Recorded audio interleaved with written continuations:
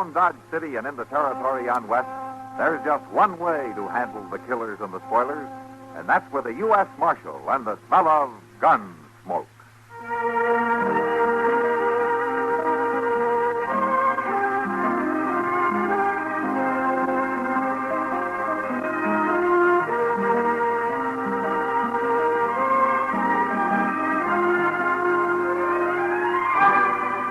Gunsmoke, starring William Conrad.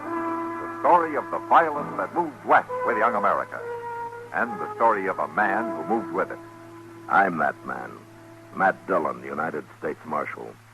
The first man they look for and the last they want to meet. It's a chancy job, and it makes a man watchful. And a little lonely.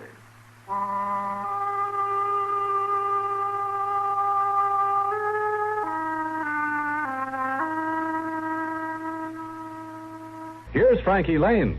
I never feel like singing with a bad cold, so I take wonderful four-way cold tablets to relieve my cold misery fast. Right.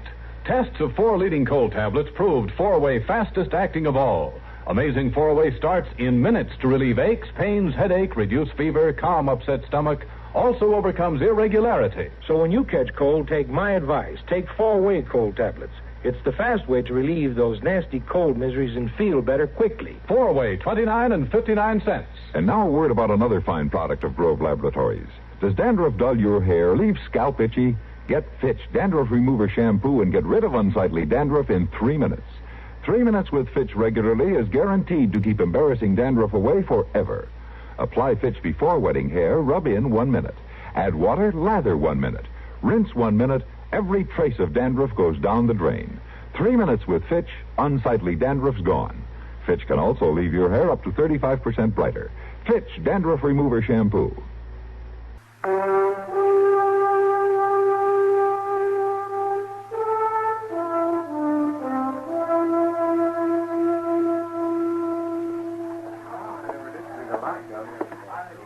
Barkeep, short whiskey and a small beer. Yes, sir.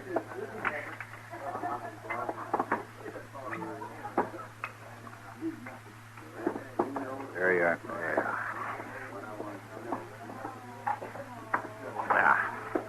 My name's Hank Fergus. They tell me you're Zeno Smith.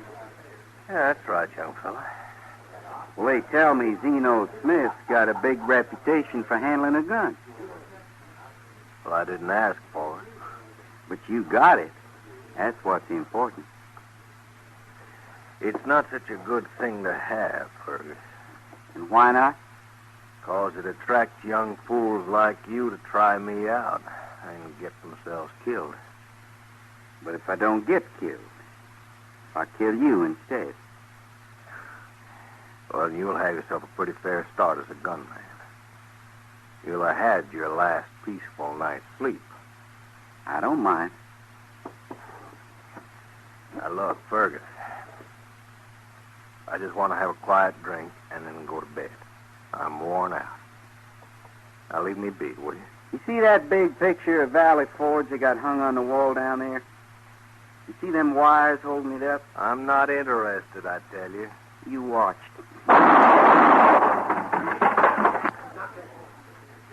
Tolerable shooting, eh, Zeno?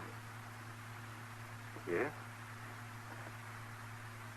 Yeah, it's not bad. Not bad. Let's see you do better. Fergus, I told you, I'm worn out. I haven't slept for nights. I'm not interested in your games. I ain't playing games with you, Zeno. Now draw. No. All right. Then I will. You didn't even try. You froze. You froze solid. Maybe this will thaw you out.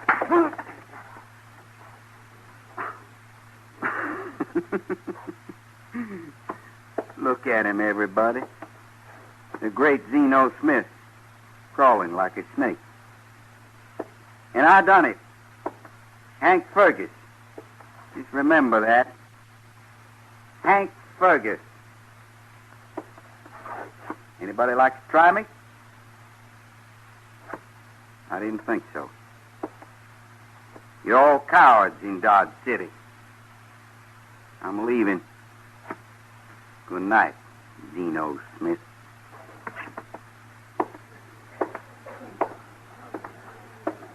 Barkeep. Yes, sir. Barkeep, give me a whole bottle of whiskey. A full one, right up to the top.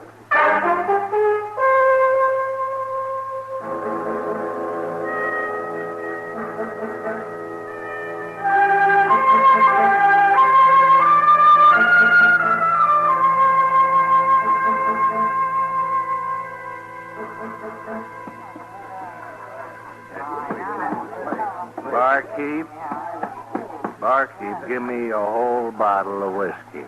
A full one, right up to the top. Zeno?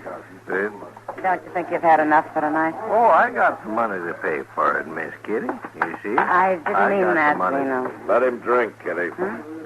He never causes any trouble. Oh, Matt? All right, Zeno. Go ahead. Mm-hmm. Barkeep, here's the money. Barkeep, now get the bottle out. You're a big help, man. You can't stop Zeno Smith from drinking, Kitty. He'll sober up in a day or so. Yeah, maybe for a whole week. Now, he's been doing it for years. Yeah, about 10, they tell me. Zeno's a nice fella, Matt. What got him started drinking anyway? I don't know. It was long before my time. But I've heard he used to be something of a gunman. Zeno Smith? That's kind of hard to believe. A gunman loses his nerve, he loses everything, Kitty. Oh, is that what happened? Yes, so they say. Some newcomer called him out, and he froze. So he took to drink, huh? It helps him forget, I guess. At least for a couple of days a week. Yeah. Well, it's mighty good of Mr. Jonas to keep him on at the general store. Most people wouldn't be that patient with him. Jonas trusts him, Kitty. Even when he's drunk? When he's drunk, he doesn't go near the store. Little Tommy sees to that. What a combination. A 45-year-old drunk and a 13-year-old orphan boy. Now, they're good company for each other. Oh, you men. Well, there he goes with his bottle. Matt, does Tommy know about Zeno backing down that time?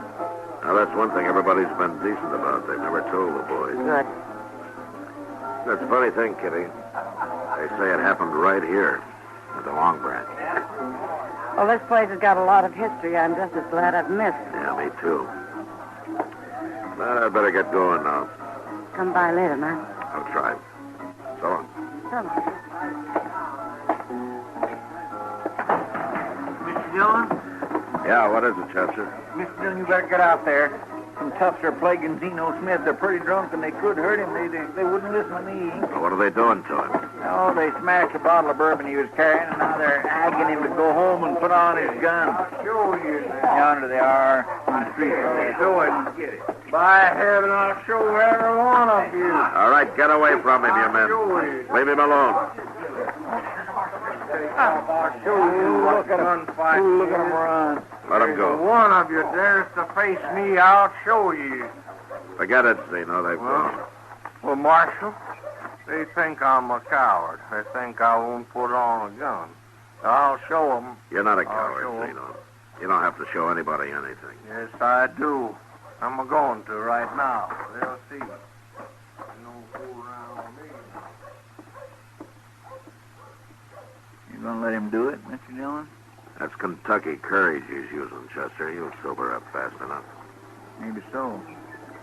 But I'm thinking one of these days he'll get on that bottle and come out shooting for real. Well, you never know, Chester. When acid indigestion slows you down, get relief quickly, safely, effectively. Settle the upset fast with the modern antacid that goes everywhere with you. Do you know about the little white tablet in the little green pocket roll?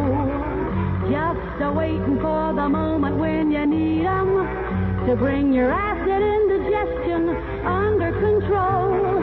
Tums are the little white tablets in the little green pocket roll. Tums for the tummy, Tums.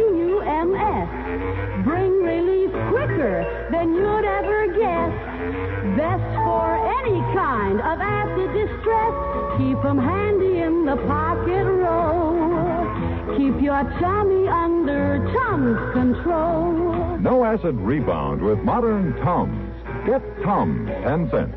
3-roll pack, a quarter. Or the new Tums 6-roll pack with 3 metal carrier, 49 cents.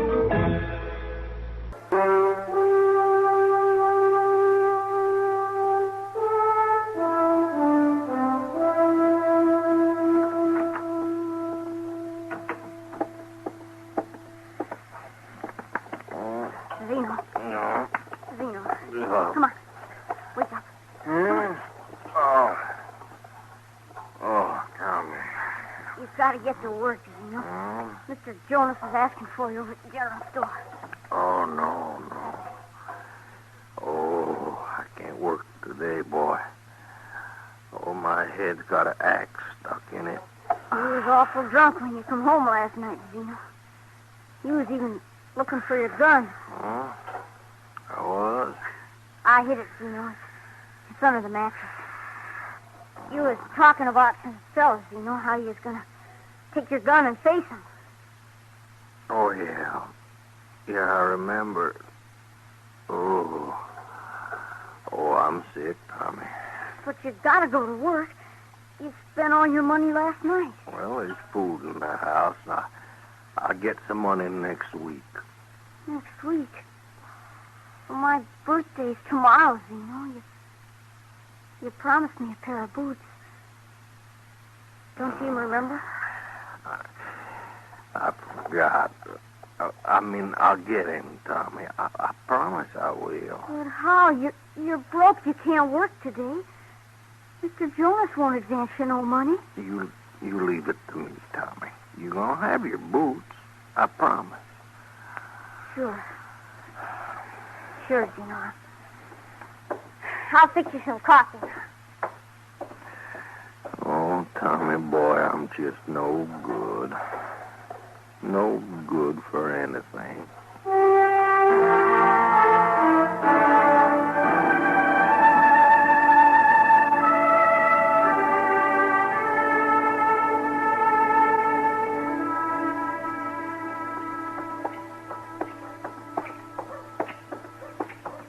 We gonna get that beer now, Mr. Dillon? You always thirsty, Chester? It seems like it, don't it? Oh. What's yonder? What? Ain't that Zeno's boy, Tommy? Oh, yeah. Why, looks like he's crying. Just standing there looking in that store window and crying. Oh, that poor little fella.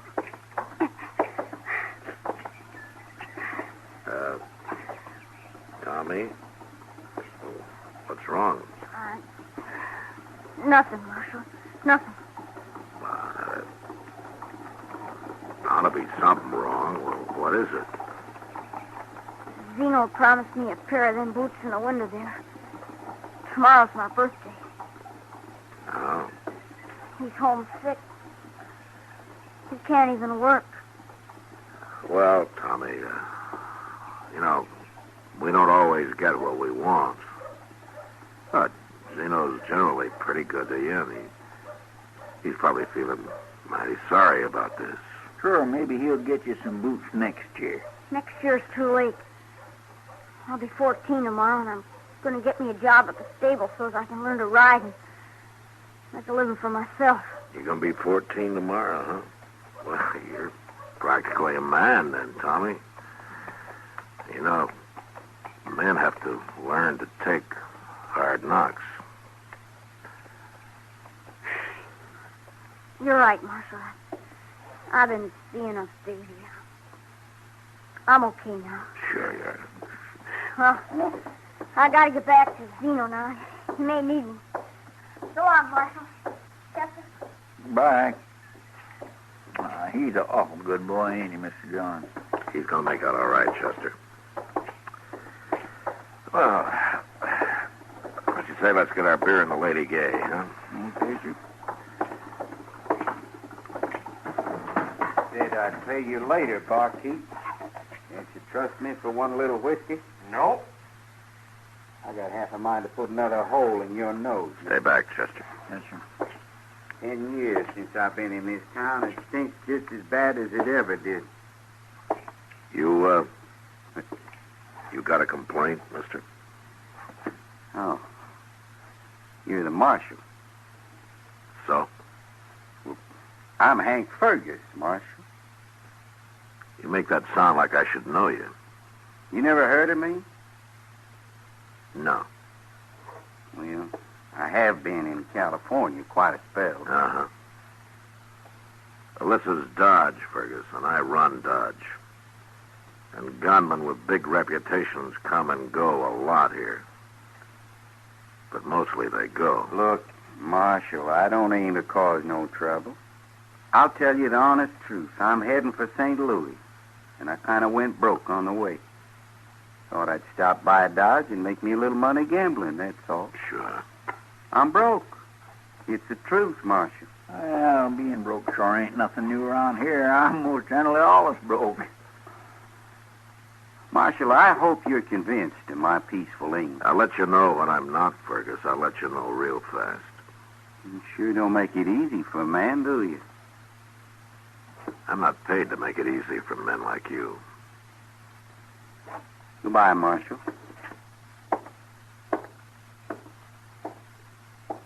Well, Miss Dillon, ain't you being kindly hard on him? You're forgetting something, Chester.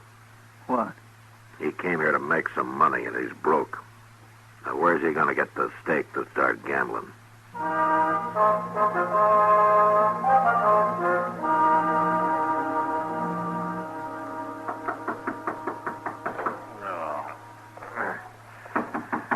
Oh, come in. Hey, is it Fergus? Hank Fergus? Hello, Zeno. What are you doing here? They told me at the general store where you live. I just come by to see how you're getting along. No, that's not true. You want to call me a liar, you better get off that bed and put on a gun, Zeno. Or don't you wear a gun no more? What do you want here, Fergus? I asked around town about you, Zeno. Found out a lot of things. Most everything, I guess. What for? What are you up to? One thing I found out is that you carry a key to the general store. I'm broke, Zeno. I ain't got any money. I need a little stake to start gambling with. And I don't want no trouble with that marshal. So I got to thinking maybe you could help me. Help you rob the store, sure. Well, I won't do it, Fergus. I'm a lot of things, but I ain't no thief. Tommy, don't you bother. Wait a minute. Now, boy. Come on in, son. Tommy, I said not to bother. I heard about Tommy, too, Zeno. What'd you hear? What are you talking about? Tommy, will you please He's go on? kind of upset, son. He thinks there's things a boy shouldn't know. What things? Things about him, for example. Right, Zeno? Fergus, don't now. I know everything about Zeno, mister. Well, yeah, let's see. Do you know that one time right here in Dodge about, Fergus? Oh, just how long ago was it? All right, Zeno? you win. Kind of thought I would. What's he win, Zeno? Never mind, Tommy. Well, I want to know what this is You all about. heard me now, Tommy. I want to know. You tell me that. Just shut up. You hit me, Zeno. Tommy, You hit me. I'm sorry. I didn't mean to. Tommy, wait a minute now. Come back. Well, you're mighty rough, Zeno, on kids. Get out, Fergus. Get out, will you? Sure. But I'll be back tonight. You'll be here. I'll be here. Just you promise not to tell that boy about what happened. Of course not. I wouldn't want him to know what a coward you are. At least not if I get the cash box out of that general store without making no trouble. I'll be back tonight.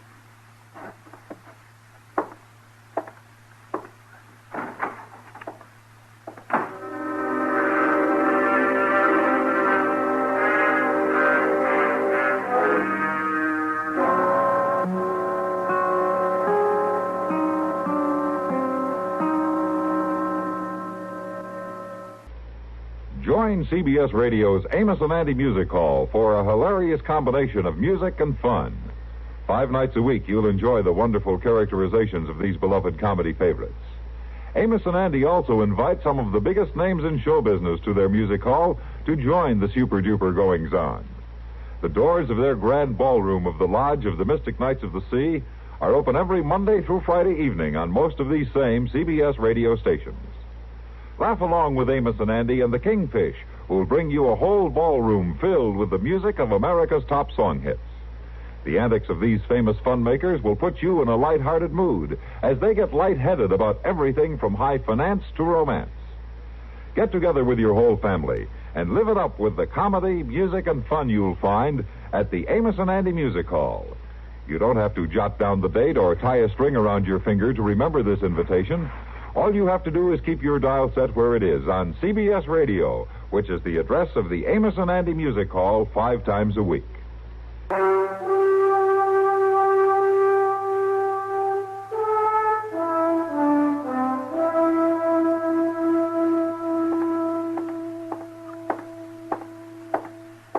Good evening, Marshal Dillon. Huh? You been drinking again, Doc? Oh, little glass of wine maketh glad the heart. There hasn't been a glass of wine in Dodge since the flood, Doc. Sit down. Thank you. I presume you refer to the flood Noah weathered so skillfully? I do. Great man, Noah. Sure. Without him, there wouldn't be all the gunmen and murderers and horse thieves and plain common bums walking around the earth. Yes, that's true. But there wouldn't be you or me either. Well, I'm not too much impressed, Doc. Oh, look here. See, that boy's up kind of late. Marshal Dillon. Hello, Doc. Tommy. Hello, Tommy. Marshal, I gotta talk to you. Oh, what's on your mind? I had to come to you, Marshal. I've been thinking on it for hours. You gotta stop it. Stop what? That man there, that Fergus. I waited outside the door and I heard him talking. He's got something on Zeno, Marshal.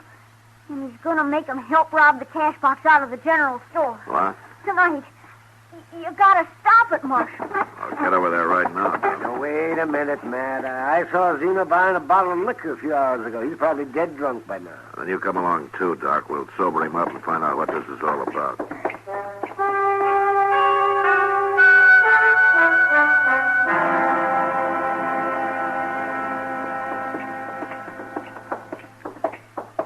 If Zeno ain't at home, he's gotta be in here robbing the store, don't he, Marshal? We'll soon find out, Tommy. The store's dark. I don't see anybody in there. No. The door's locked. Zeno's key fits the back door, Marshal, not this one. Let's go around back, then. Down the alley here.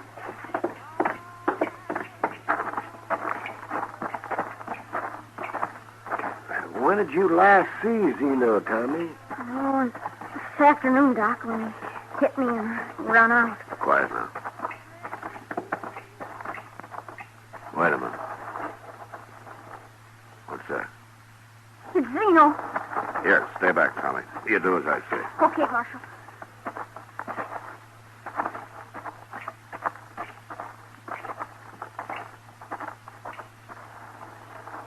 Yeah, dead drunk, just as I said. Take a look at him, Doc.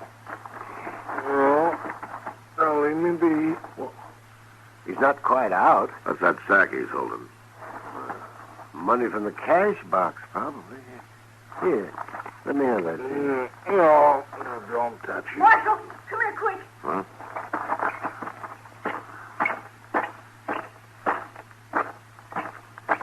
Look, I've seen him laying here. Well, who is it, Tommy? It's that man, Fergus.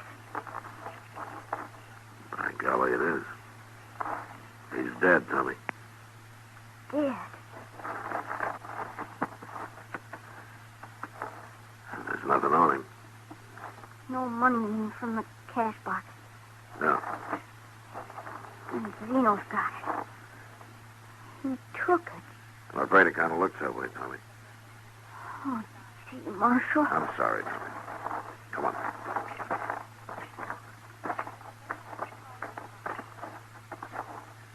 Matt, this man's been shot. What? Zeno shot.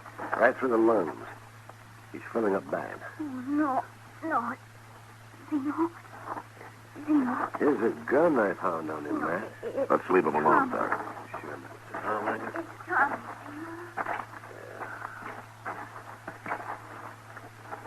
Looks like they fought over who got the money, Doc. Oh. Well, it took money and liquor to do it, but at least Zeno handled a gun again. Yeah. Marshal, Doc. Look. My boots. He's got me my boots. So that's what was in that sack. Tommy, What, Zeno? them boots, I owe Mr. Jonas for them. He'd take my gun and give it to him. I made a deal with him. I'm dying, Tommy. No, Zeno. You be a man, boy. I'm counting on you. Don't die, Zeno. Zeno? Marshal? He's dead, Tommy. Zeno. Dead.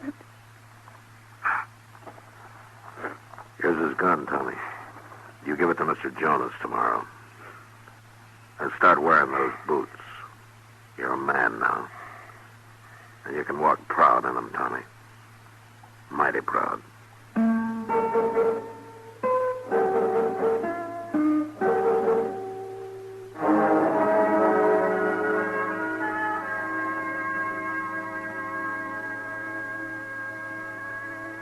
Cannon thundered and rockets flared over the barricades in the Battle of New Orleans, and Andrew Jackson won a great victory for the United States.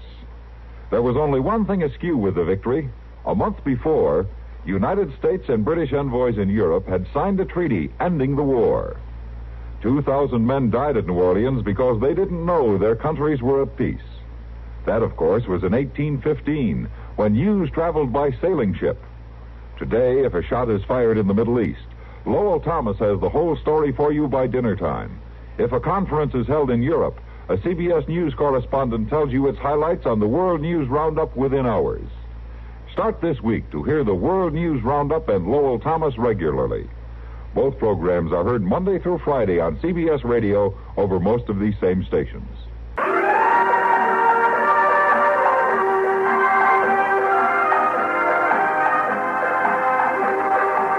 Gunsmoke.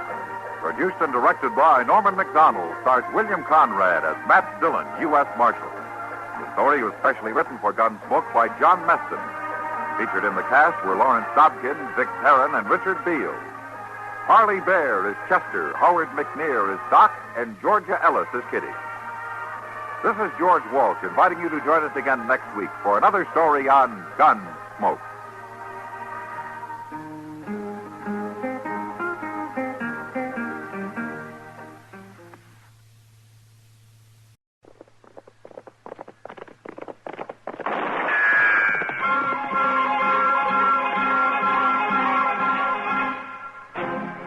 Around Dodge City and in the territory on West, there's just one way to handle the killers and the spoilers, and that's with a U.S. Marshal and the smell of gun smoke.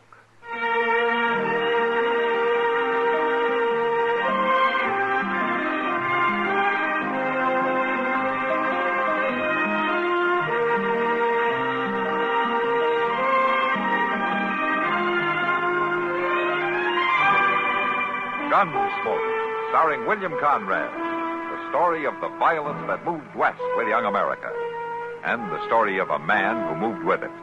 I'm that man, Matt Dillon, the United States Marshal. The first man they look for and the last they want to meet. It's a chancy job, and it makes a man watchful and a little lonely.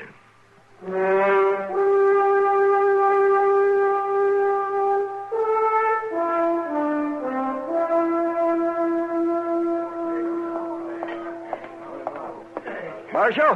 What? Marshal, I've been looking for you. Oh, hello, Tush. I just want to ask you one question. All right, go ahead, ask. Are you not sworn as a matter of bound and duty to uphold law and order in Dodge City? Well, I guess you could put it that way.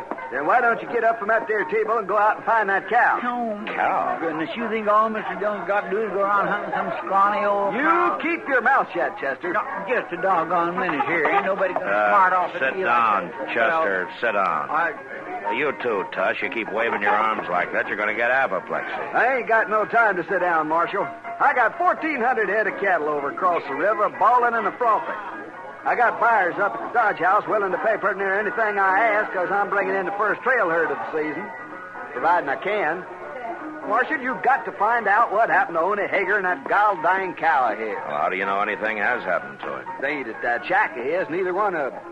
If he was just going visiting, he wouldn't take the cow, would he? He might. Oney Hager's pretty crazy about that cow. You shut up, Chester. I didn't ask you. I didn't ask if you asked. I just said Moon says all right, Chester. Look, Tush, why don't you just sit down and have a beer, huh? Oney will be back in his own good time. Well, his good time ain't mine. Bert Collins is bringing a herd up for the Circle C. He ain't more than 2 days behind me. And if he gets his cattle across that river and into them shipping pens first, he'll get the big price and not me. Well, I'll check around town in the morning to see if anybody knows where Oney went. Hard to ask his neighbors. They ain't seen him for 4 or 5 days, or the cow either. And, Marshal, I'm reminding you of your sworn duty. My sworn duty doesn't include going out and scouring the countryside for a missing cow, Tush. Not even if there's been foul play done? What are you talking about? That shack of his has tore up something awful, like there was a big fighting ruckus in it. Is that the only reason you think something's happened to Oney, the way the place looks? Marshal, Bert Collins wouldn't stop at nothing to get that herd of his in ahead of me. He's just low down mean enough. Well, it's too late to start tonight, but I'll see what I can find out first thing in the morning. That's all I'm asking, Marshal, for you to enforce the law and protect the innocent and bring a guilty to justice. Yeah, I'll try to do all of that, Tush, the first thing in the morning, huh? Now, why don't you check in at the Dodge House and try to get some sleep? I doubt I'll close my eyes. All them cattle on the far side of the river, all that money on this side, I won't sleep a wink, Marshal, but I hope you pass a quick night. Thanks, Tush. My goodness, Mr. Dillon, all that fuming and fretting over a 16-year-old cow that's a dang skinny or hip bone stick out like a hubs on a wagon wheel. Yeah, but she comes in handy, though, for a job like this. Oh, Matt. Chester. Oh, hello, Kitty. Oh, Kitty. Sit down. You like to have some beer? Yeah, thanks. All right. What's Tush Lee all worked up about, Matt? Oh, he's got a trail herd that he wants to bring across the river. He's pretty upset because he can't find Oney Hager and that cow of his. What's Oney Hager's cow got to do with it? Well, for land's sake, Miss Kitty, everybody knows you got to have a cow or a steer that's a good swimmer and that'll take the lead if you want to drive a herd across water. Well, I didn't know it. Is that true, Matt? Yeah, that's true. See, a lot of herds have a natural leader or two, and they'll take to water. The rest of the cattle will follow them across. But you try to force the herd in, the chances are they'll panic, and half of them will drown. Huh. I never heard of it. Oh, Oney Hager makes a lot of money every season just leading the herds across the Arkansas. That old cow of his takes to water like a duck. Well, then it's not a joke. Without that cow, Tush is in trouble. Sure he's in trouble. When Bert Collins hits here in a couple of days with his herd, there's going to be more trouble. But he's already here, Matt. Huh? Collins? Yeah, I seen him on the street this afternoon. Ain't he due in yet? No. He must have had a gun ahead. Mr. Dillon, Tush said that shack of Oney's is all tore up like they'd been a fight. Yeah. And Oney's not one to go off on sudden trips. You know something, Kitty? I think you're right. It's not a joke.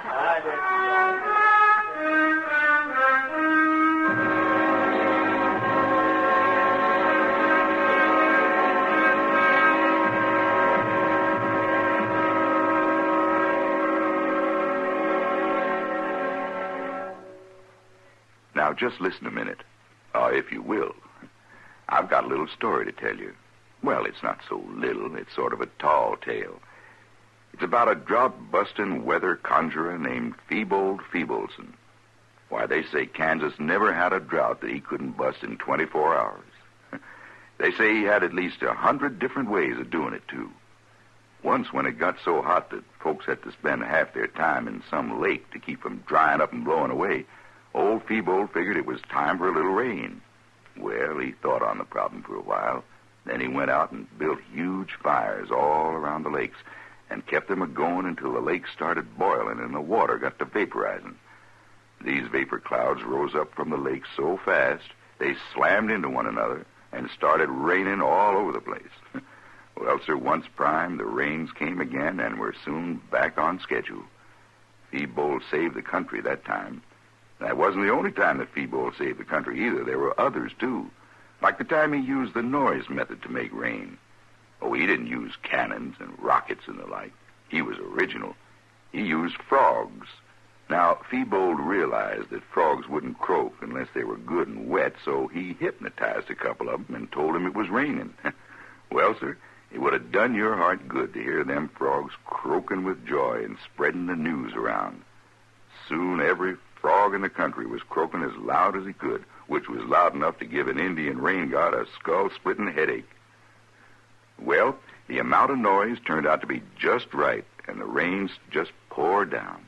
Of course, old Feebold could only use that method once a year, because so much rain would come down that the frogs would get washed clear down to the Gulf of Mexico, and it'd take them near a year to get back home. Rain, fog, sleet, snow, heat, or what have you, old Feebold had a way to handle the situation. Why, I remember the time that... No, I hadn't better tell you that one. Why, it's almost unbelievable. And I don't want to take a chance on making you think that I might stretch the truth just a little bit. Say, isn't it nice being citizens of a country where you can laugh and talk about things free as a breeze? And write and read and worship, too. Yes, sir. Maybe you don't think about it much, but you should.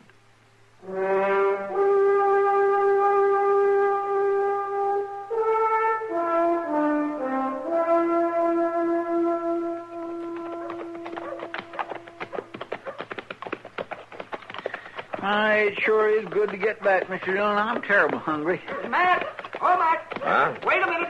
Oh, hello, Doc. Oh, Doc. Want to talk to you. All right.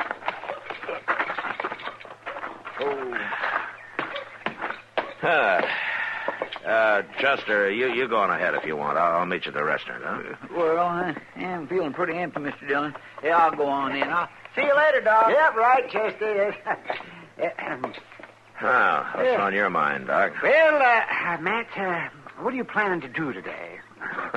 Work, same as the other 6 days every week. Work? Oh, work.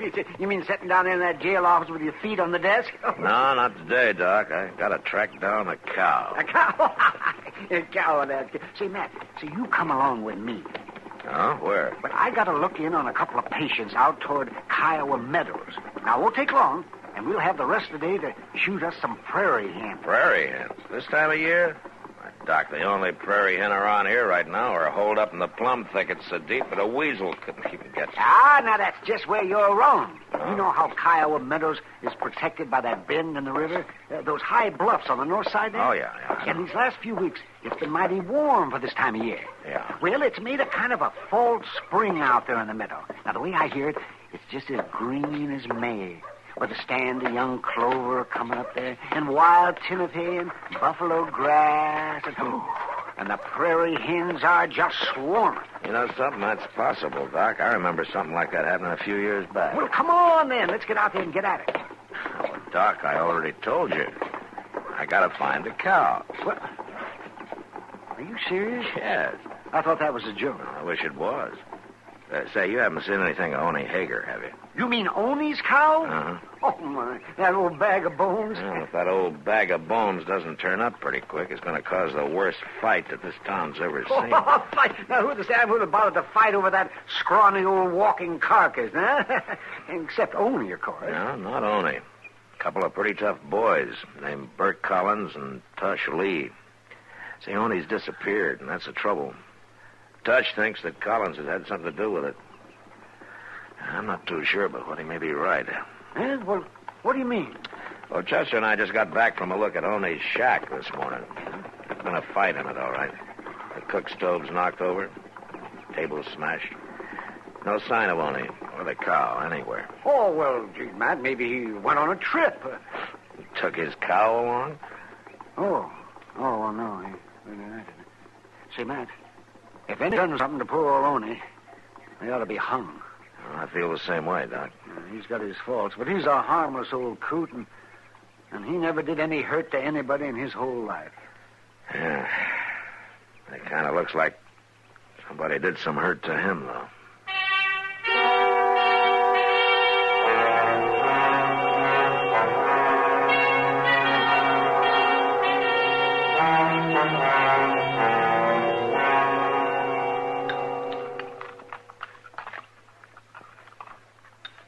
I just don't seem to have no appetite at all lately, Mr. John. Yeah, I noticed that, Chester. You only had 6 eggs.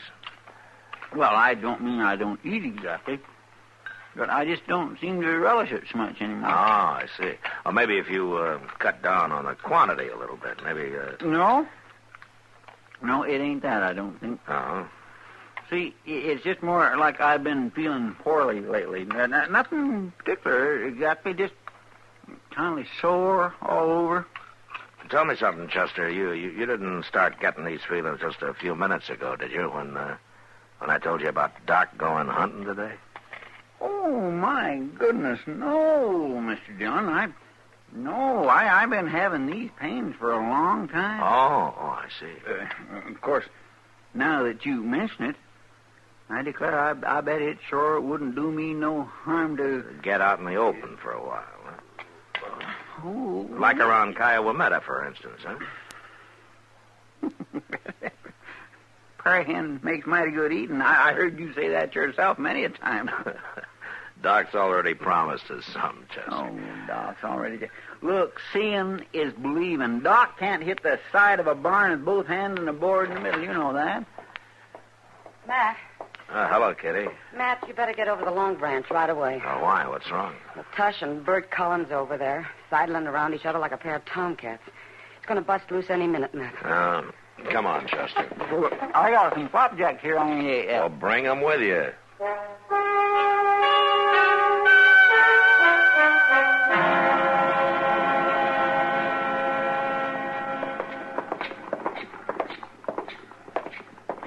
Ain't ought to say nothing about nobody. There they are, Mr. Dillon. Everybody knows what kind of people some people are, and with them kind, proving ain't needed. Well, now, man had never had no friend his whole born days. Should not expect nobody here to agree with him. Matt, if we get another mirror broke this month, we might as well close up. We'll see what we can do, Kitty. You stay here, Chester. Yes, sir. I'm saying you made off with Oney Hager and that cow of his, and more than likely you done him in. Now, that's a lie. And I'm going to break you in pieces for it. Well, you can start whenever you're All ready. right, hold it, both of you. Huh? Well, there's a murderer, Marshal. Do your duty now. Marshal. A man shouldn't ought to go telling lies about somebody, had he? What are you doing in town, Collins? I thought your herd was still a day or so south of the river. Well, I rode in ahead. Wanted to talk to them cattle buyers. Come in to steal that cow and murder Oney Hager. That's what he done. Have you seen Oney, Collins? Why'd I want to see him? I got 2-3 good swimmers in my herd. You gonna arrest him or ain't you, Marshal? I'm afraid I haven't got much reason to, Tush. All right. I'm gonna take the law into my own hands. I wouldn't advise that, Tush. I give you your chance, Marshal. If you ain't gonna do your job, I'm gonna bring my boys into town. We'll do it for you. Tush, come back. Well, now. Crazy fool. A man is going to be attacked. He shouldn't ought to just stand around and do nothing to protect himself, should he? Now, wait a minute, Wait Collins. nothing. I'm going to camp and get some of my boys, Marshal. Doggone old cow sure is causing a lot of trouble, ain't he, Mr. Dillon? Yeah. And it's going to get worse.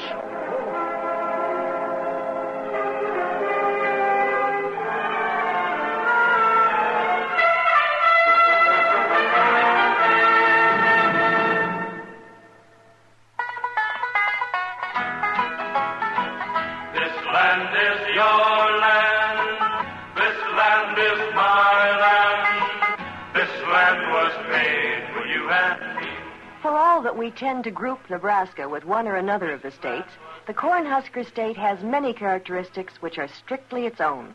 Since 1875, for example, Nebraska has been a debt-free state which preferred to spend 10 years building the Capitol at Lincoln rather than spend money it didn't have. Further, as its name may indicate, corn is its most important crop. and Omaha's stockyards are among the largest in the world.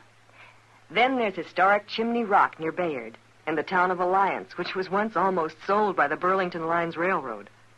Many years of tears and Indian wars and hardships such as the grasshopper plague contributed to the words which are engraved upon the Capitol. Honor to pioneers who broke the sods that men to come might live. Nebraskans live by these words, and they live for them.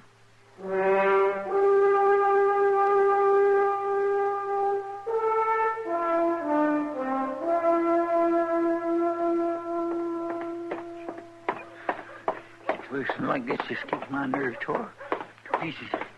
It's just awful. Mr. Dillon? Mr. Dillon? Shut the door, Chester. Oh, Hester.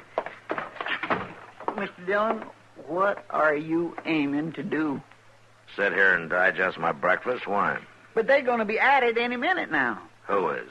Tush Lee and Bert Collins, you ain't forgot about them, have you? No, but I wish I could. Well, they're in town right now, both of them, and they got their men with them. Yeah, I know. Well, if you already know, why don't you do something? Like what, Chester? Well, my land, you could... At least you could go... Well, maybe if you couldn't do that, you... Well, you can't just sit here and let them kill each other. Oh, but I can sit here until I'm sure that that's what they're going to do. Yeah, but they are. That's what I'm telling you. Tush is up there at the Long Branch saying how he's going to hang Bert, and Bert's down at the other end of the street making his brag about how he's going to shoot Tush so full of holes that birds can fly through. Chester, if all the killing that's talked about in Dodge City was actually done, Boot Hill would be 10 miles wide and 20 miles long. But these two are really going to. Then I'll deal with it when it starts. And that'll be any minute now. Everybody else in town thinks so, too. Take a look out this window. There ain't a soul in the street except for some crazy fool leading a... Mr. Dillon? Yeah, what's the matter? Tony Hager. What? He's got his cow. He ain't dead at all. Come on.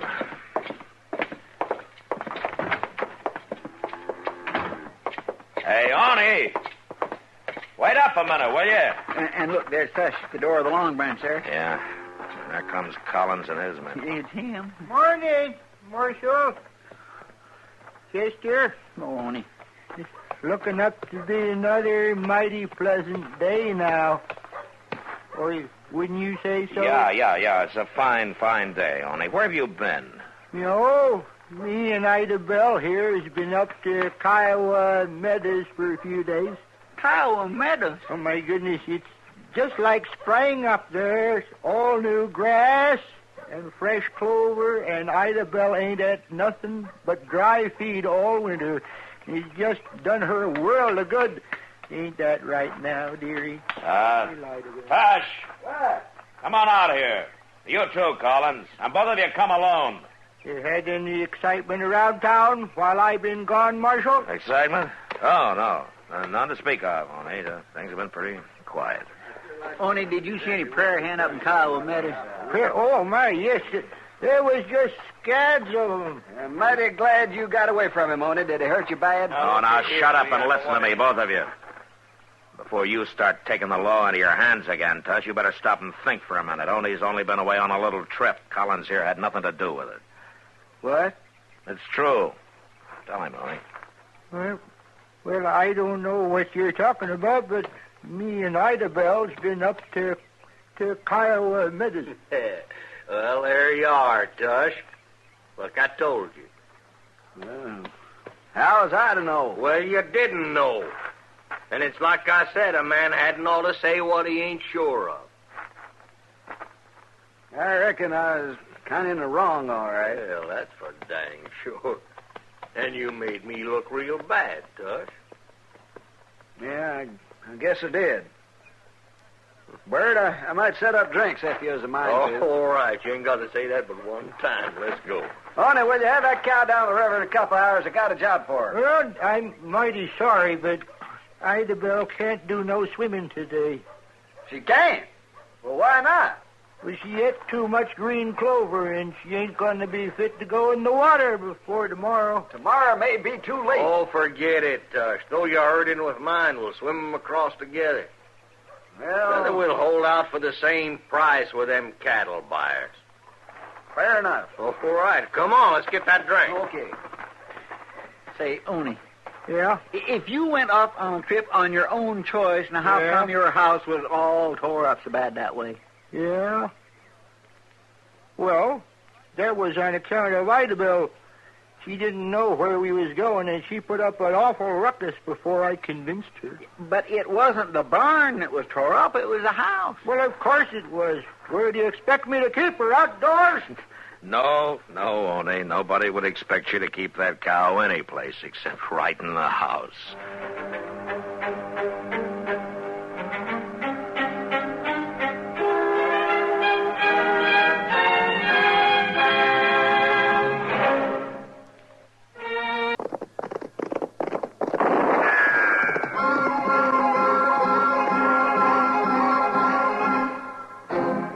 Around Dodge City and in the territory on west, there's just one way to handle the killers and the spoilers, and that's with a U.S. Marshal and the smell of Gunsmoke. More than we Ain't can a man chew. take on, so Hey, it what do you makes mean me feel bad. Real bad. All right, that's enough, Cannon. Marshal, I was just saying I'm sorry for the fix you're in. There's only one thing about it that worries me. What's that? You're not worth it. He sure ain't. It's a pure waste caring for a murderer like him across these plains. Just ought to leave him here for the coyotes. Buzzards. Buzzard bait, that's all he... Hey, look yonder, Mr. Dillon. Some riders coming up over that rise there. Yeah, I see him. What they're doing way off here. Troopers. Train over this way, looks like. Now, let's hold up here.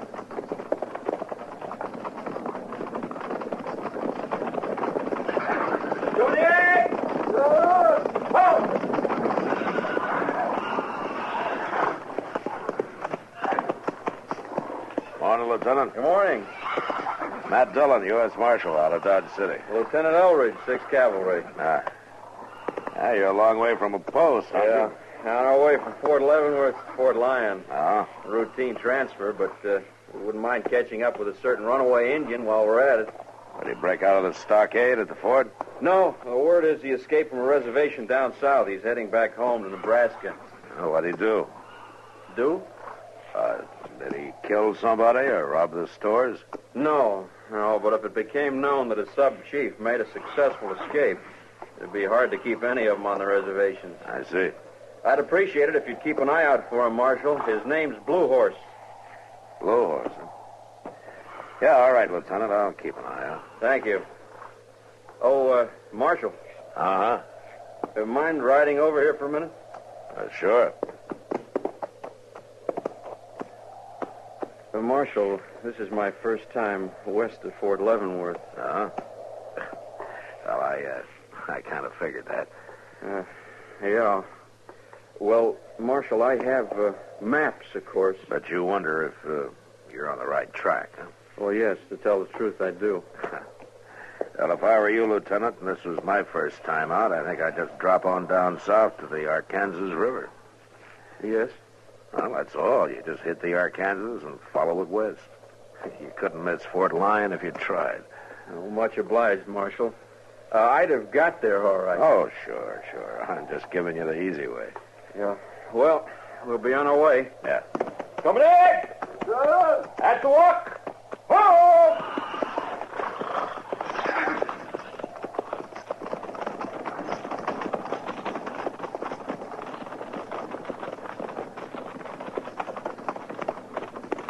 Gracious, Mr. Dillon, he sure is a young one, ain't he? Yeah. Well, there's one thing for sure. Yes, sir. There's only one way for him to grow, and that's older. Come on. Let's get going.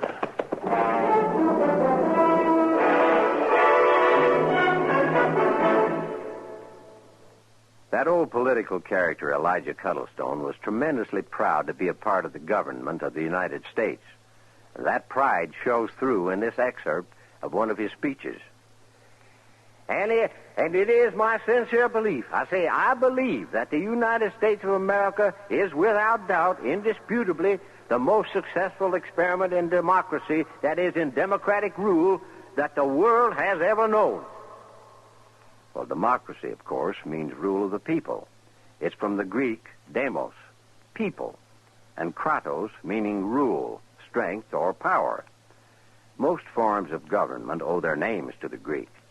For instance, anarchy is from the Greek word anarchia, composed of an, meaning no, and archos, ruler. An anarchist wants no king, emperor, or president above him. An oligarchy is a form of government where a restricted few have supreme power. Oligarchy comes from the Greek oligos, meaning few, and archo, which means rule, ruled by a few. The Greek word hieros meant holy, and the word hierarchy once meant a government by officers of the church. Hierarchy now represents a system of graded authority, and the strange word ochlocracy means mob rule. In Greek, oklos means crowd or mob. Words like these literally make politics Greek to most of us.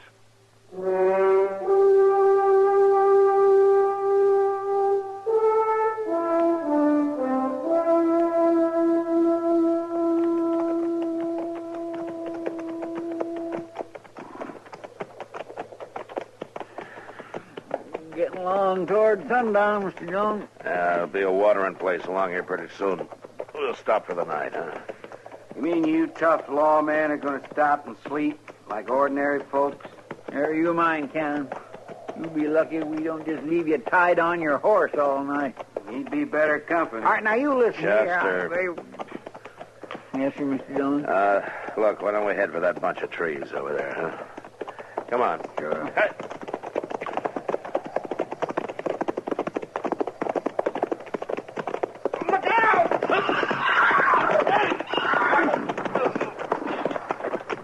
Wait there, Mr. Dillon. I'll help you.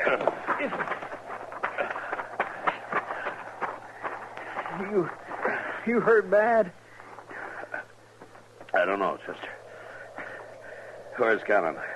He's right over there. I'll get him off his horse. Yes, sir. All right, you, Cannon, climb down off that horse. Don't you try nothing now. That'd be just plumb mean, wouldn't it? Marshal hurt and all? I'm not hurt too bad to use a gun, Cannon. You remember that. Chester, see if you can get me on my feet, huh? Sure will. Now, be careful. Take it. No, let me down. Let me down. What? Oh. Well, I guess it's no use. The leg just won't hold me. All right, help me get my boot off then, huh? Yes, sir. Now, take it easy.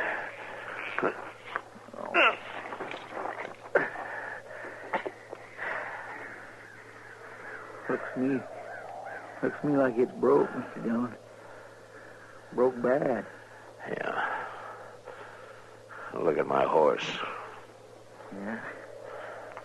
And he stepped in that hole and pitched all the way over, landed on his neck. He's dead, all right. Well, we can't stay here. No. Maybe we can get you over to those trees. Come on, Cannon. Wait a minute. Now, we better figure this out first. Now, look. When you get me to the trees, you ride on, Chester, and see if you can get help, huh? And if you don't meet up with anybody, you bring a wagon from Dodge, huh? Why, I ain't going to leave you here, Mr. Dillon. Go in all night. It'd still take me 2 days to get back. We got no choice. Yeah, but what about him, Cannon? He stays with me. But, Mr. Dillon... I'm going to need somebody. And I got a gun. Well, Look, we haven't got any choice, Chester. Now, will you get me over to the trees? All right, you can tether his horse to me, and then you get going, huh? Well, all right, if you say so, but I sure don't feel good about that. I don't feel good about anything. Come on, let's go.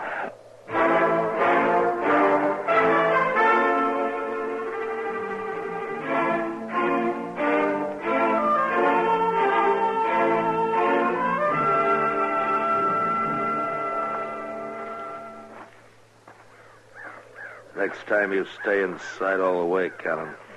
Just filling your canteen at the creek, Marshal. You just stay inside, that's all.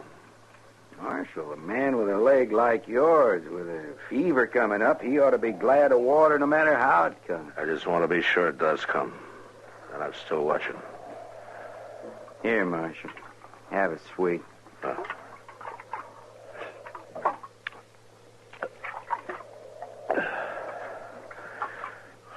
Thanks. That leg didn't improve none overnight, did it? Not much.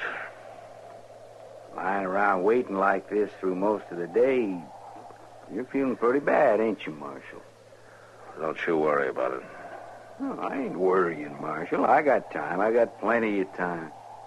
Don't you count on me passing on before Chester gets back. As you might get hurt if you do.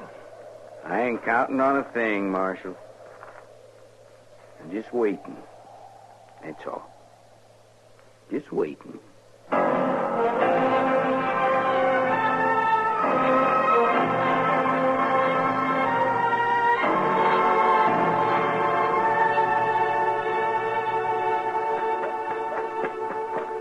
Miss Kitty! Miss Kitty! Why, Chester. I didn't think you would do back for a day or two. Miss Kitty, have you saw Doc anywhere? I've been up to his office, and he ain't there. Oh, he just went into Delmonico's there to get his supper.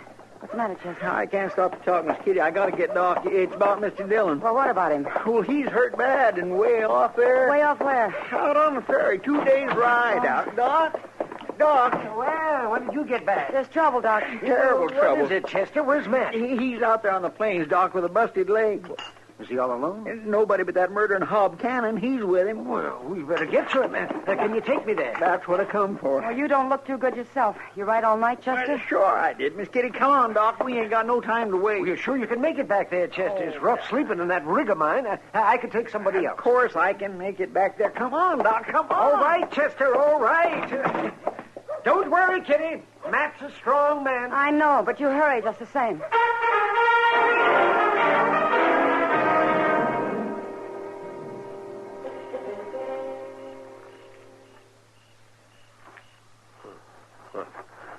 Cannon, is that you moving?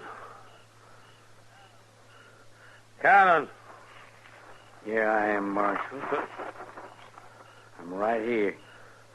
What are you doing over here? You get on back to the fire. Just thought I'd have a look at your leg, Marshal. Never mind my leg. All right. Mighty dark, though. I can't...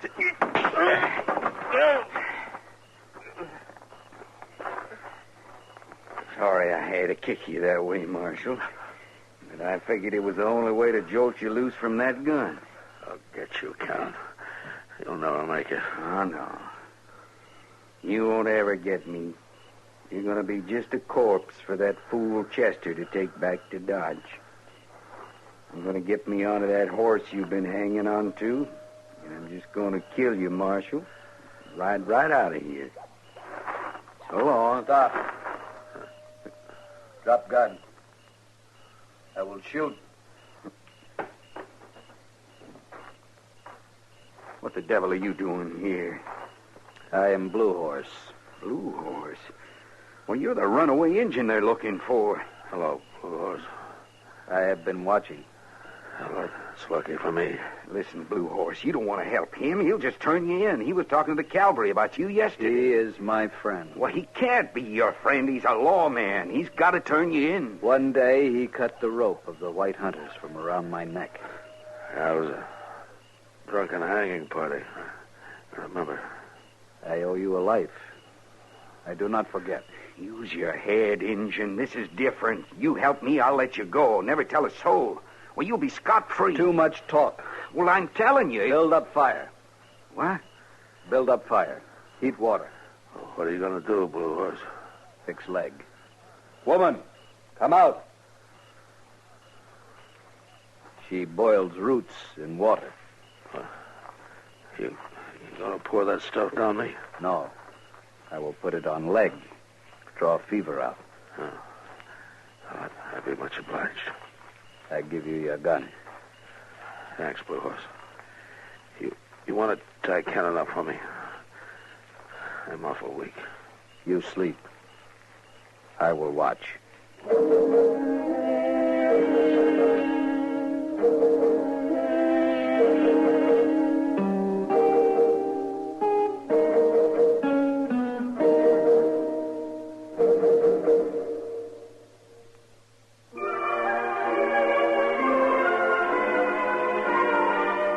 Hometowns in America have a lot in common, and yet they're each one of a kind. Take, for example, Kansas City, Missouri. The pungent odor of the slaughterhouses is in the air, but that means fresh meat and the best steak town in the USA. They'll prove it to you at the Golden Bull restaurant, where the bull on top now looks up at Millionaire's Hill, and the millionaires look down on the Missouri River, the rooftops of Kansas City, and the country's closest in downtown airport. Cat's drugstores have that homey atmosphere, and the French fries are good there after school. If you're driving in Kansas City, you'll appreciate the good traffic control and straight streets. You can start at 4th or 5th downtown, cover Troost and Wyandotte Avenues, and reach the plaza up in the 60s where the bachelor guys and gals are and where the action is. And later wind up with a swank night in the terrace room at the Mule Bar. But if your hometown is Kansas City, you already know this. We only wanted to remind you, it's still there.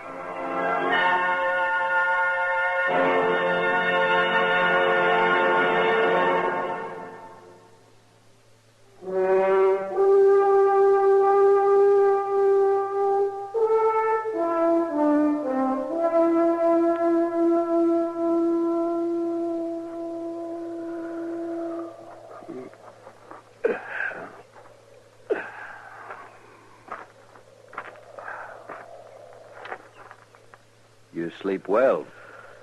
The sun has long been high. Yeah. Where's Cannon? The prisoner is safe. Oh. Well, that's more than he deserves. Woman, bring some food. Blue Horse, I want you to thank her for me. I feel a lot better. Yes, your leg will heal. The fever is gone. You want water? Oh, yeah, thanks.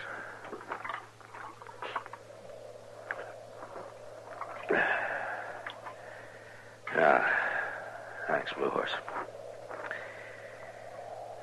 Tell me, what are you doing here? Why did you break out? Blue Horse is going back to the land of his people. Well, the Army doesn't seem to want you to. I cannot live on the hard land with the dry wind. Blue Horse comes from the hunting people, the Pawnee. So you just picked up your wife and left, huh? It is for us to live under the northern stars. It's too bad the Army doesn't see it that way. The government of the white man does not care that all Indians cannot live alike.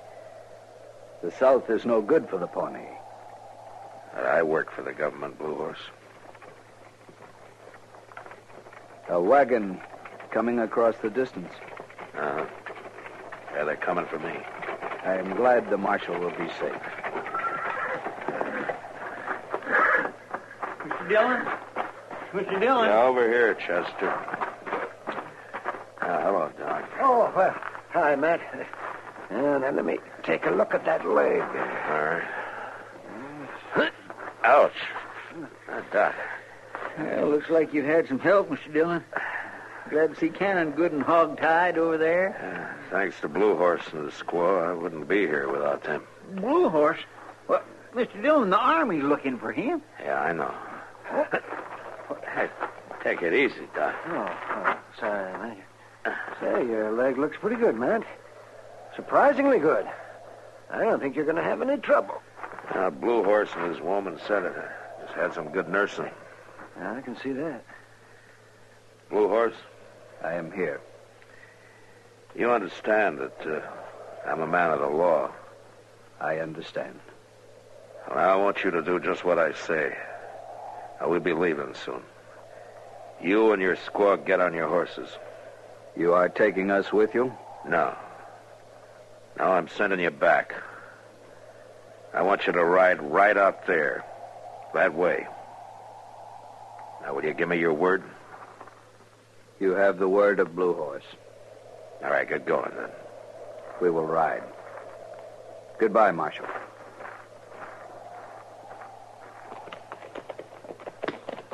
Well, I've heard of ungrateful people in my time, but this beats all. You let him save your life, and then you send him back to be cooped up on the reservation. I did what I had to do, Doc. Well, I could have done something else. You pointing the way and making that Indian promise to go there, and you know he'll keep his word. Yeah, I know he will. Hey, wait a minute, Doc. I just thought of it. Mr. Dillon pointed north. That reservation's not north, it's south. Huh? Well, by golly. Yeah, that's right. You made a mistake, Mr. Dillon. Yeah, I guess I did, Chester.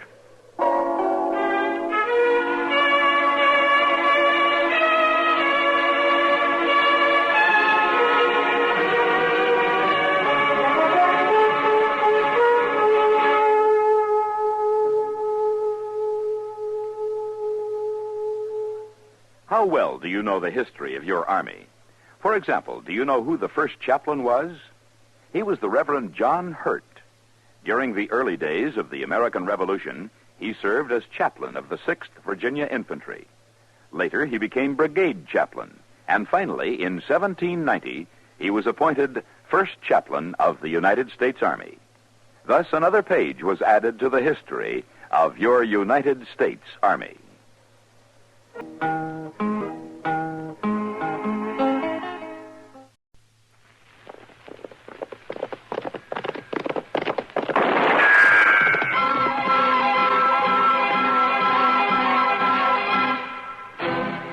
Around Dodge City and in the territory on West, there's just one way to handle the killers and the spoilers, and that's with a U.S. Marshal and the smell of Gunsmoke.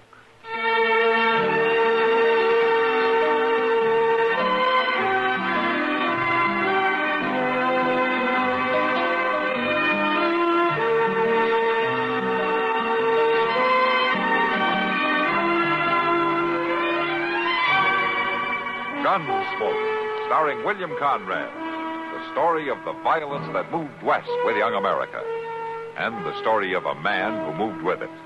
I'm that man, Matt Dillon, the United States Marshal. The first man they look for and the last they want to meet. It's a chancy job, and it makes a man watchful and a little lonely.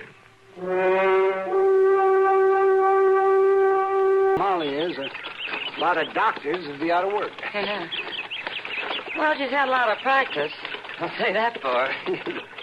But that brood of kids running around, she doesn't have much time to fuss about having another one, I guess. Yeah. Well, anyway, it was good to see her again. She never has time to come into town anymore. I should think not. And I don't have much time to get out of town. Oh, even the dry prairie looks good to me. I don't know. Doc. Huh? Look there. Lying in the road. Oh, yeah. I see it, Kitty. Come.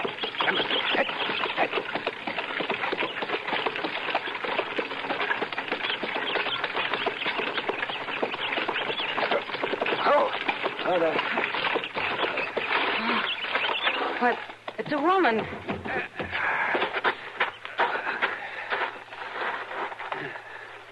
How is she, Doc? Is she alive? Oh, great Scott. Doc, what is it? Well, she's got a baby, Kitty. She was almost lying on top of a baby. A baby? That's what I said, a baby. Here, Kitty, hold it. Yeah, sure, Doc. I want to get that woman into town as fast as I can. Can I help you move her? I'll make it. Poor thing, she's just skin and bones. Here now, Kitty, you see if you can support her head a little bit, will you? Hold the baby in your other arm. Yeah, all right, Doc. There. Is this all right? Oh, that's fine, yeah. All right, now. We'll go. Come on.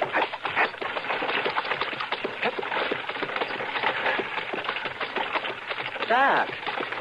Yes, Kitty? Did you call this her baby? Well, sure I did. She was holding it so close she was nearly smothering it. I don't think the baby is hers. Oh, what kind of foolishness is that? She's a white woman, isn't she? Well, you can see for yourself she's a white woman. Well, I just got a good look at the baby's face. It's an Indian baby, Doc. Indian? Here, let me have a look at it. By George, Kitty, I believe you're right. Well, sure I'm right. Well, no matter. We'd best get the both of them back to town. So come on. Up.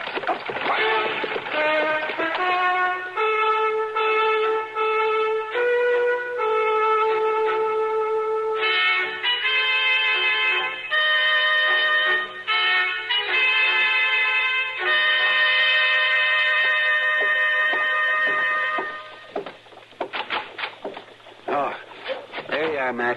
Where did you expect me to be? Well, I never expect to find you in your office, I'll tell you that. That nice buggy ride out in the country with Kitty didn't improve your disposition much, did it? Nice buggy ride. I made 3 calls, chopped a load of wood for old Lady Thomas, and brought her other patient into town. All right, Doc, all right. I didn't mean to insult you with the idea of having a good time. As a matter of fact, Matt, it might be a good idea for you to talk to the patient I brought in. Why? Has he been shot? It's a woman. All right, then. Has she been shot? No, but she's in bad shape from exhaustion and exposure. And she has a baby with her. What? Well, that sounds more in your line than mine. I'm not so sure, Matt. You see, she's a white woman, but the baby is Indian. Well, those things happen sometimes, don't they? Well, of course they happen. If you'll just listen to me, I'll tell you why I think this is different. All right, Doc. I don't think the baby's hers. I think she kidnapped it. Kidnapped it? Maybe I better have a talk with her. But please go easy with her, Matt. Whatever she's been through has been very hard on her. Well, do you want me to see her or not? I want you to see her. All right. Come on.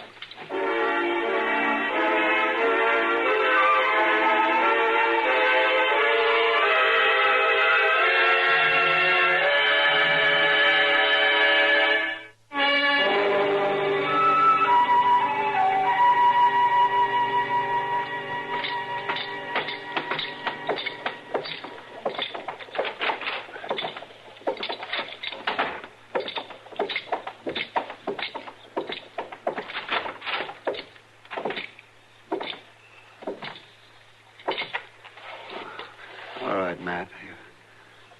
You can talk to her. Well, looks like she's asleep, Doc.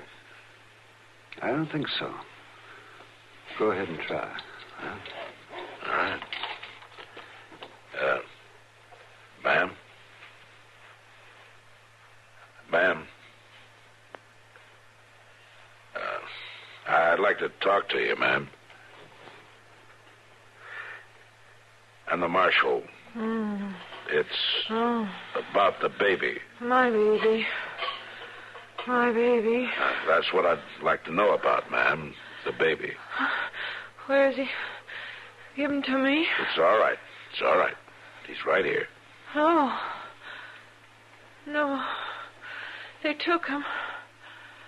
They killed my baby. Who killed him, ma'am? The savage. The savage Indian. Joe. Joe? Joe. Doc, you know who Joe is? Well, I think he must be her husband.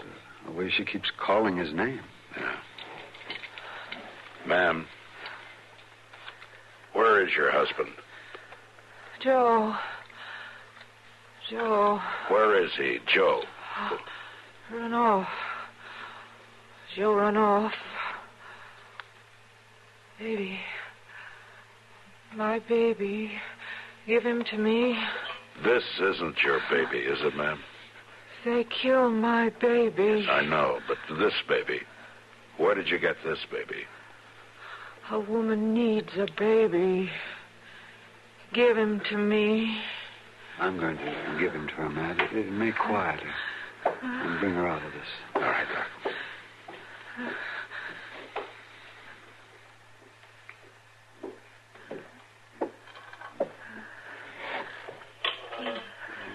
There you are.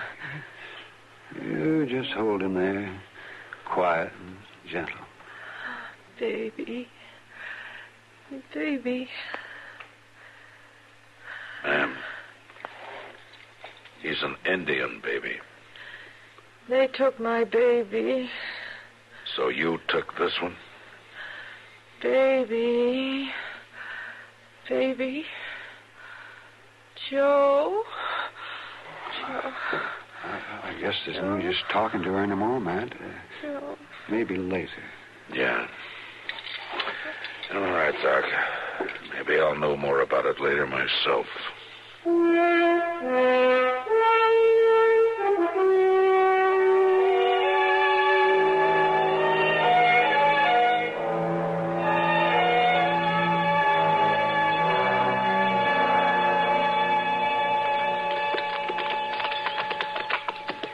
It's all right with me, Mr. Dillon, riding way out here and all that.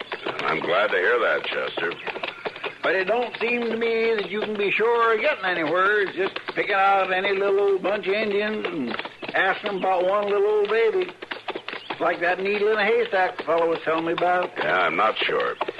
No, sir, it just don't figure to prove out. It won't prove out if we don't start somewhere either. Well, yes, I guess you're right, but Do me a favor, will you, Chester? Well, sure I will, Mr. Dillon. I'd be proud to. Just keep your doubts to yourself until I get through here, will you? Sure, I sure will. All right. Now, we'll leave the horses here. All right, sir.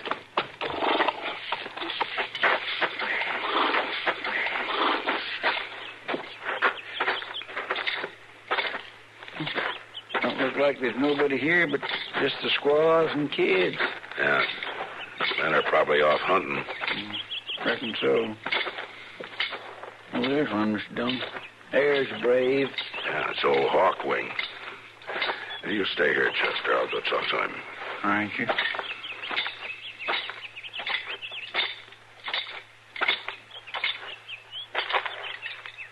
I've come to talk, Hawkwing.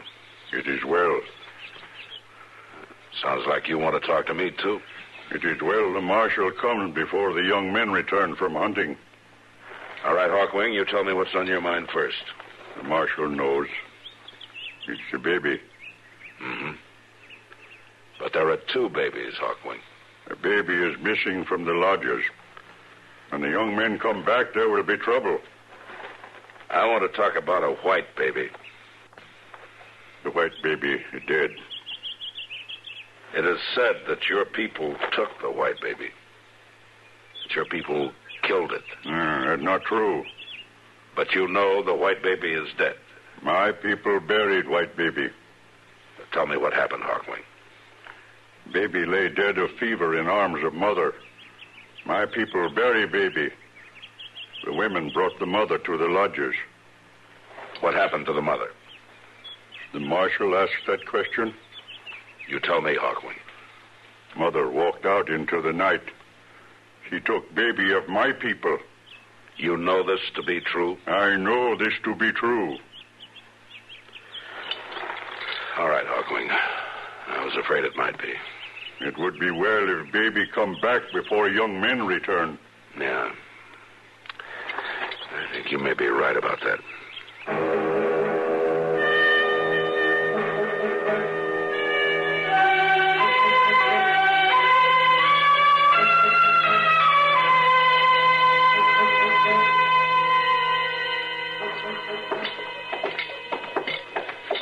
Well, sure, she's better, Matt. I had her moved here to Ma Smalley's so she could be quiet for a while. I found out her name's Dory. That's all. Maybe she'll talk to me this time. She's able to, that's all I can say. Whether she will or not is another matter. Yeah. Well, let's go in and see.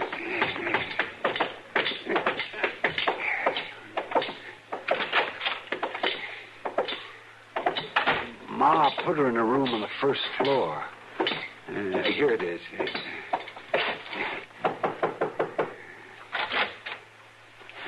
It's me, Dory. Doc Adams. I brought the marshal. He'd like to talk to you. I don't want to see him. It won't take long, Dory. It's important. Please, go away. I can't, Dory. I've got to talk to you about the baby. My baby.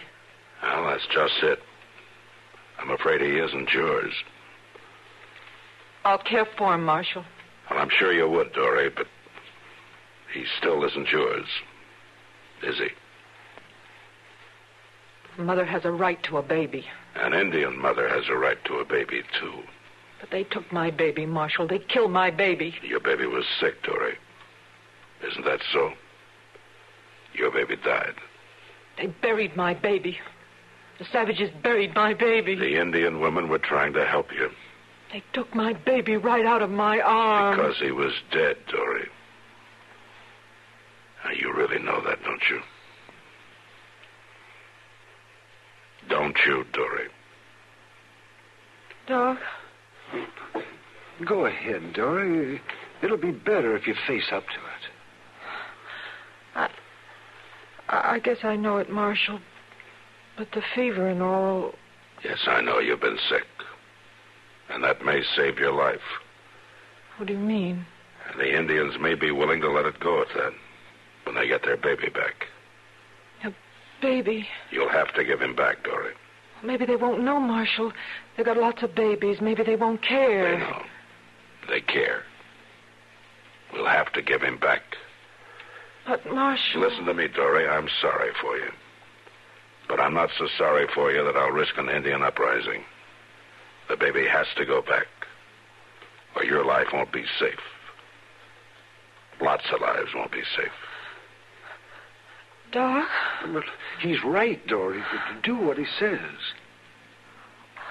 Can I have him just tonight, Marshal? And you take him in the morning? And I guess that's all right, Dory. It's too late to get out there tonight anyway. But I'll have to take him the first thing in the morning. All right, Marshal. First thing in the morning.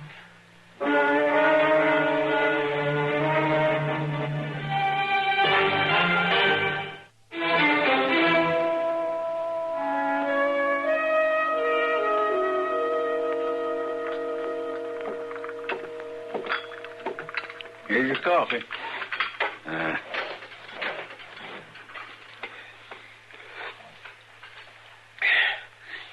Those seem none too hot. You're about as ungrateful of a prisoner as I've ever fed. Of course, it's mighty early, but the marshal and me has to ride out the Indian camp. You gonna let me out?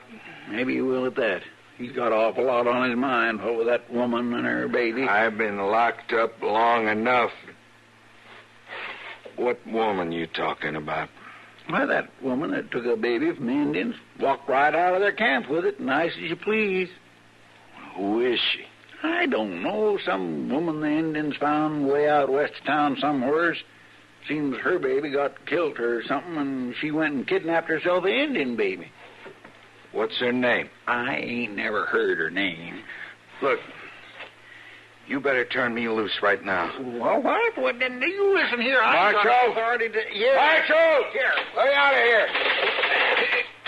What's the trouble? Marshal, I don't know, Mr. Dillon. This fellow suddenly started going crazy. Marshal, the woman and the baby, what's her name? I only know her first name is Dory. That's my wife.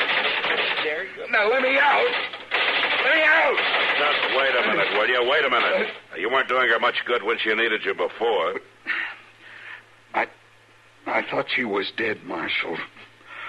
I thought they was both dead. I rode off to get help. Well, they was awful sick. Yeah, I know. I got lost, Marshal. I didn't find nobody, and when I got back the wagon, I seen the grave. I thought they was dead. I ain't cared about nothing since. I can believe that. All right, let him out, Chester. Yes, sir.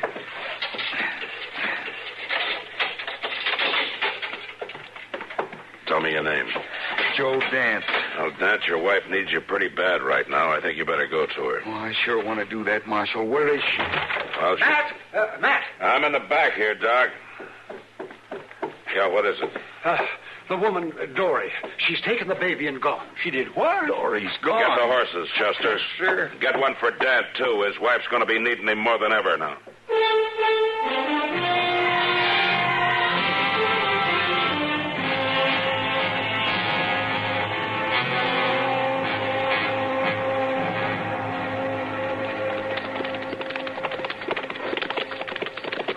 I'll say this for her, that woman can sure drive a buggy at a good clip.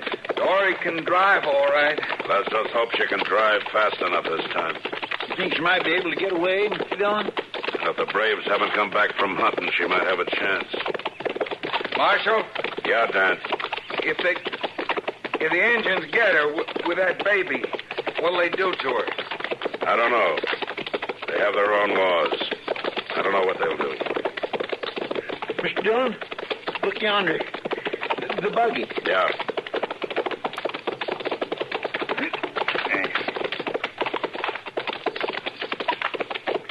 He sure did wreck it. There's quite a bunch of them. Look at those tracks.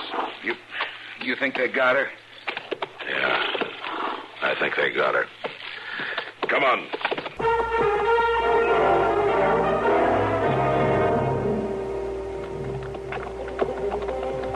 Braves is sure back all right, Mr. Dillon. Look at them horses. Must be a couple dozen. Yeah, they're back all right. Do we go in shooting? You were born with more sense than that. We go in shooting, we're dead as soon as we get there. Well, how do you figure it then, Marshal? We walk in as quiet as we can and hope we can get out the same way. Let's leave the horses here.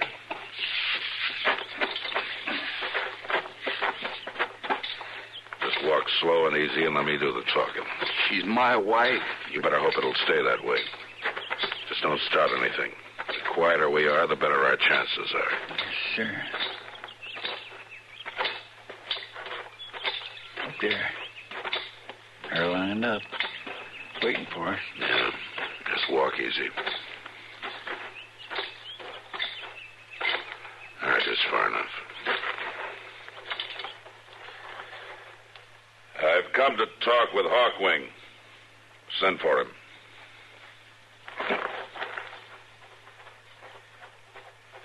He's going after him. Yeah. Dory. I see Dory. Take She's it easy. there. Take it easy. Well, they got her tied up. Wait a minute, Dan. Wait a Get your minute. hands off me. He unconscious, Mr. Dillon? He's lucky he isn't dead. You're a brave man to come here now, Marshal. I've come to ask that your people be merciful. I've come for the woman. It is not decided about the woman. She's seen much trouble, Hawkwing. She took baby from my people. The woman was sick with fever, Hawkwing. There was an evil spirit with her. My people had not harmed her, yet she took baby. The baby's back. The baby's unharmed. Let her go, Hawkwing. I have told you it is not decided about the woman. Man you struck down. Who is he?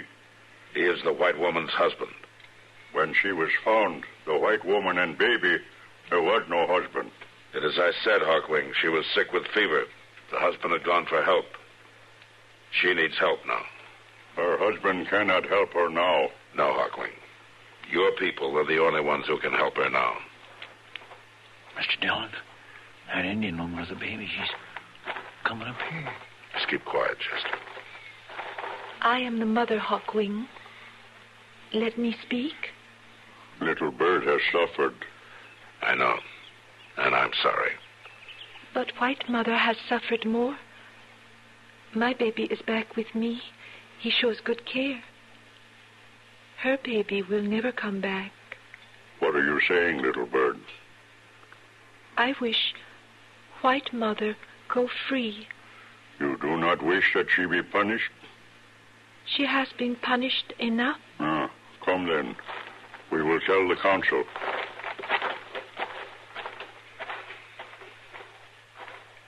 You think they will set her free, Mr. Dillon? I think they will, Chester. Indians think pretty straight. And I have an idea that Dory and Joe will be able to start all over again.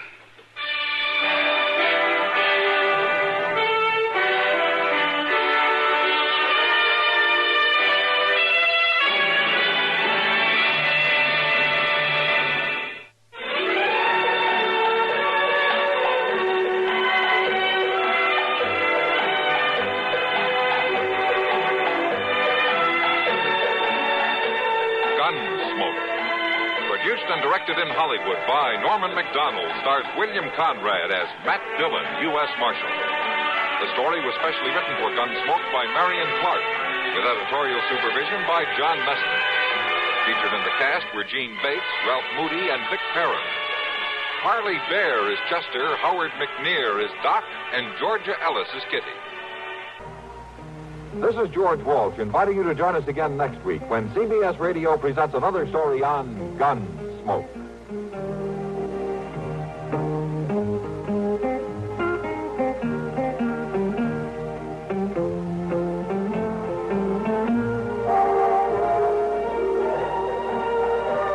Latest news follows, then Mitch Miller with tonight's guest stars on the CBS Radio Network.